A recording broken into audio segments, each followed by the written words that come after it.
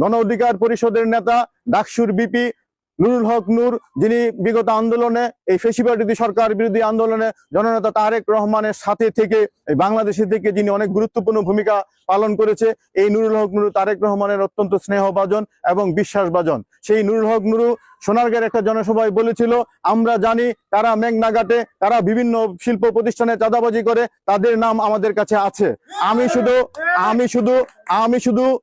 আমি শুধু নুরুল হক নুরির বক্তব্যটাকে আমি রিপিট করেছিলাম, উদ্ধৃতি দিয়েছিলাম। আমি বলি নাই বিএনপির নেতারা চাঁদাবাজি করে, আমি বলি নাই বিএনপির দায়িত্বশীল সভাপতি সাধারণ সম্পাদকরা চাঁদাবাজি করে।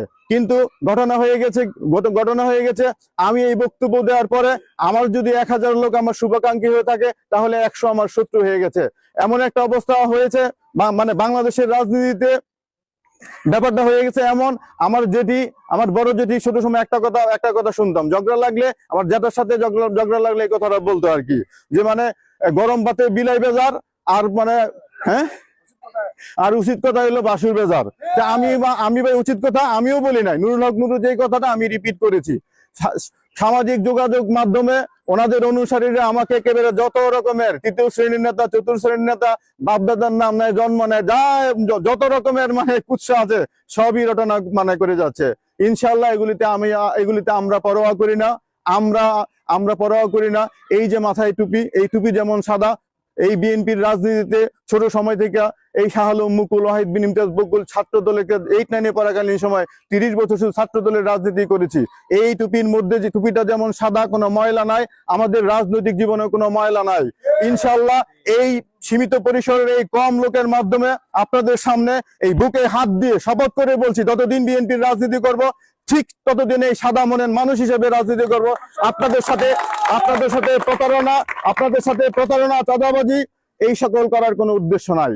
যারা মনে করে চাঁদাবাজি করে মনে করে আমরা খুব দুর্বল, 16ই ডিসেম্বর আপনারা দেখেছেন, আমি ছিলাম না, আমাদের অনেকেই ছিল না, মুকুল ছিল। 16ই ডিসেম্বর শুধুমাত্র মৌমাছির চাকে একটা ঢিল মেরেছে। মৌমাছির চাকে ঢিল মারলে কি হয়? 16ই ডিসেম্বর সোনারগাঁও উপজেলায় তাই হয়েছে। আমরা সন্ত্রাসী না, আমরা চাঁদাবাজ না, আমরা ডাকাত না, আমরা দস্যু না, আমরা সাহসে বলিয়ান। আমরা যেই সাহস নিয়ে, পাহাড় সম সাহস নিয়ে শেখ হাসিনার মতো, যার পিছনে পৃথিবীর একটা উল্লেখযোগ্য পরাশক্তি ভারত ছিল, সেই ভারতের আধিপত্যবাদী শেখ হাসিনাকে আমরা পরাভূত করতে পেরেছি। এই ছাত্রদের হাতে কিন্তু লাঠিও ছিল না, দাও ছিল না, ছুরি ছিল না, কিছুই ছিল না। সাধারণত একটা কলম আর বুকে সাহস নিয়ে ছাত্রদের সাথে আমরা আন্দোলন করে শেখ হাসিনাকে যেভাবে পরাভূত করেছি, বিএনপির যে সকল ভাইয়েরা মনে করেন 1 লাখ টাকা চাঁদাবাজি করে 80,000 টাকা খরচ করে মনে করেন অনেক বড় মাস্তান হয়েছেন, এগুলির পরও আমরা করি না। আমরা ছাত্রদল করা বিএনপি নেতা, আমরা সিংহের গর্জনকে ভয় পাই না, আর ইঁদুরের বেসকানিকে আমরা ভয় পাবো? হয় না। 16ই ডিসেম্বরের পরে কিন্তু পরিস্থিতি অনেক পাল্টে গেছে। যদি এখান থেকে ঘোষণা দেই, যারা বিএনপির এই যে ভদ্র সমাজ, তাদের উপরে যদি কেউ যদি ন্যূনতম কোনো আঁচড় দেয়, তাহলে তার হাতটা ভেঙে দেওয়া হবে। এখান থেকে বলবো 5 কিলোমিটার দূরে সেই চর কিশোরগঞ্জে এই সন্ত্রাসীদের আস্তানাও থাকবে না। কিন্তু আমরা কাদের বিরুদ্ধে আমরা রুখে দাঁড়াবো? তারা তো দলই করে, তারা আমাদের বিএনপি করে। এই দলে তাদেরও কম বেশি ত্যাগ তিতিক্ষা আছে, এই দলে কম বেশি তাদেরও শ্রম আছে। কিন্তু একটা কথা বলতে চাই ভাইরা, মুকুল একটা কথা বলেছে, এপ্রিল-মে মাসে ভারপ্রাপ্ত চেয়ারম্যান এসে যাবে। আমলনামা কিন্তু সবই আছে, আমলনামা ভারপ্রাপ্ত চেয়ারম্যানের কাছে সবই আছে। আর না থাকলে আমরা আমলনামা দেওয়ার জন্য আমরা রেডি হচ্ছি, আমরা প্রস্তুত হচ্ছি। সাংবাদিক ভাইয়েরাও দিচ্ছে। সাংবাদিক ভাইদের এইসব তথ্য, এইসব উপাত্ত, এইসব সংবাদ, এইসব খবর আমরা সযতনে ফাইল করে রেখেছি। ইনশাআল্লাহ ভারপ্রাপ্ত চেয়ারম্যানের একদম হাতে নিয়ে দিব, যে ভারপ্রাপ্ত চেয়ারম্যান ভাইয়া দেখেন এই হলো সোনারগাঁয়ের পরিস্থিতি। আমরা তাই বলবো, দলের নেতা কর্মীদের উস্কানি দিবেন না, দলের নেতা কর্মীদের মনোবল নষ্ট করার চেষ্টা করবেন না।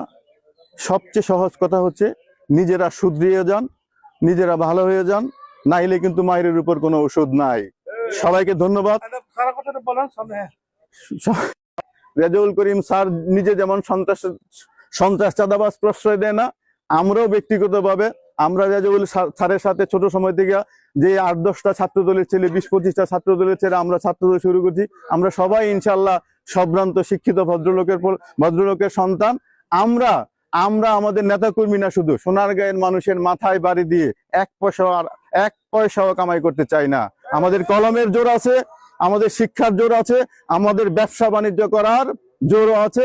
আমরা রেজাউল করিম স্যারের সাথে যেভাবে আপনারা ছিলেন, আগামীতে ইনশাল্লাহ রেজাউল করিম স্যার ইনশাল্লাহ আগামী নির্বাচনে মনোনয়ন পেলে আমরা সবাই ঐক্যবদ্ধভাবে রেজাউল স্যারকে এমপি নির্বাচিত করব।